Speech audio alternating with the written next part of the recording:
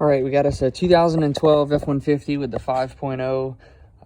It had a heater core hose go out. Usually the first one to go out is going to be this one. This is the inlet to the heater core. This one's the return. So what usually breaks is right here at the fitting.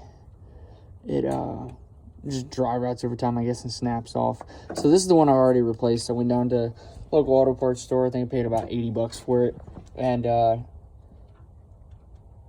so mine happened about, I don't know, a month ago. And my brother's, who has the exact same truck, his happened today. So I figured I'd make a video about it. So here is the hose that broke off. You can see right there, it broke off clean. It'll lose a bunch of coolant if you don't catch it pretty quickly. Now you will fight these connectors. When it's on the truck, it's a lot harder to find out what's going on. And O'Reilly's here in Louisiana sell these nifty little pliers. I tried to do it without the pliers and decided it was going to be a whole lot more fun with this. And let me get set up. If you grab like this, obviously this is the inlet side, but if you grab the hose like this and push on those, you can actually see it open up those white clips. Now, when you do that, both of the ones that I did on my truck and my brother's truck, the little white clip stays on the pipe. And this black piece comes off with the hose. Obviously, this piece is broken off. So this piece comes off with the hose. And this little white clip stays on the metal standpipe coming out of the engine right there. In the front and all the way back up in there. You can see that brand new hose.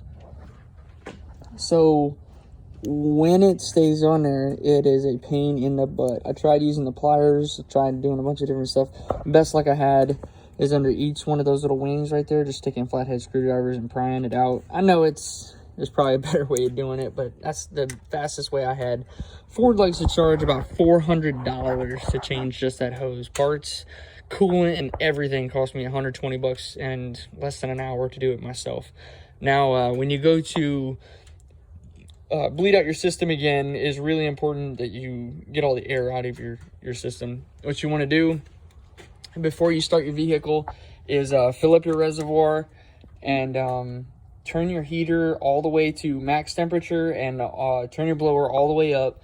Turn your engine on and let the truck idle until it warms up. You want it to naturally get up to a temperature, and then you'll see a bubble. You'll see bubbles coming out and everything, and just make sure that you keep it right at between the max and the min on that reservoir, and let it cool back down again, and then check your fluid levels. And sometimes if there's air bubbles, you'll see the fluid level actually rise back up if you have an air bubble trapped somewhere in the system.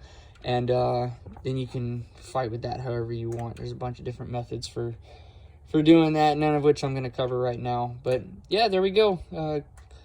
Heater core hose change on a 2012 F150 5.0. Have fun.